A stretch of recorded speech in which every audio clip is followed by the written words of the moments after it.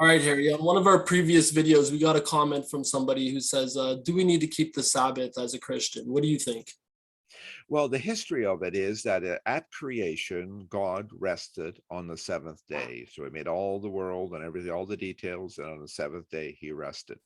And then we don't hear really about the Sabbath until the time of Moses. In the Ten Commandments, is one of the Ten Commands. Now, Moses, of course, has a whole cluster of people. They're not all spread all over the world. So this is a cluster of people. And part of the deal is this the Sabbath day is a holy day, and they can't do anything on that day.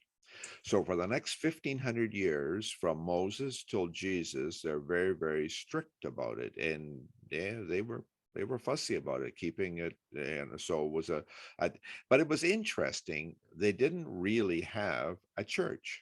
They had a tabernacle, then they had a temple. But when David, for example, when David was a young man, and what did they do on the Sabbath? They They had rested and probably spent time with God, right? Yeah, but they were just rest and reflection is what they would do, because there really was no church. That synagogue didn't happen till the last 400 years or so before Jesus. They were. It was never for 1,000 years after Moses. There was no synagogue. So anyway, so it was time of rest and reflection is what it would be. But anyways, Jesus and the religious leaders, they locked horns really badly over that. Jesus said that his father always worked on the Sabbath, and so did Jesus. The complaints a lot of times were about his healing. Jesus would heal on the Sabbath, and they thought that was awful, that he would do such a thing and ruin the Sabbath. One time Jesus' disciples were twist grinding out head of grain in their hands, and that was threshing, and that was inappropriate. Like, I mean, they had it down to a fine science.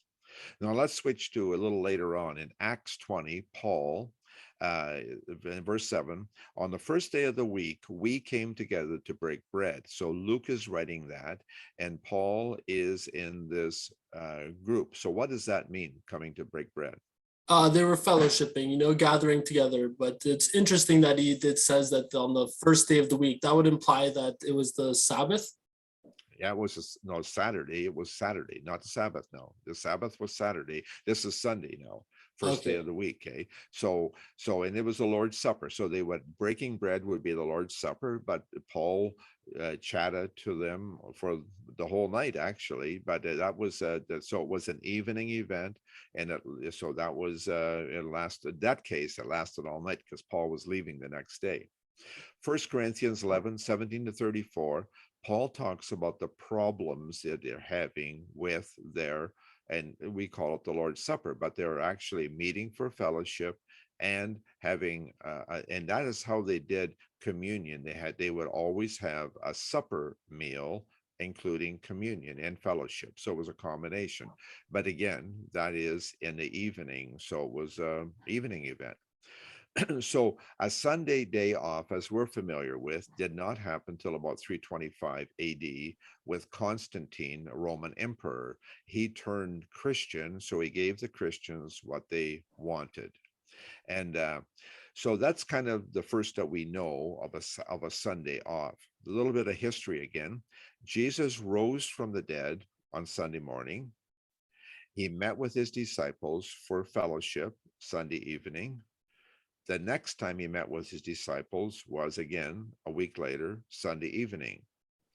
Uh, but it was never a topic in the New Testament about the Sabbath or Sunday or any of that in terms of a day off. Paul uh, uh, Paul mentioned in his letters about getting together on the first day of the week and putting a little coin aside for the poor people in Jerusalem. But outside of that, no one ever mentions the Sabbath in the New Testament. So, yeah, I love getting together. I love the concept of having a Sunday off, and meeting on Sunday morning is beautiful, or Sunday anytime is beautiful. Having a day of rest is beautiful. I think those things are all 100%. But it's not a rule that we are given anywhere by Jesus or his disciples. All right, awesome. Thanks for clearing that up, Harry. Thank you.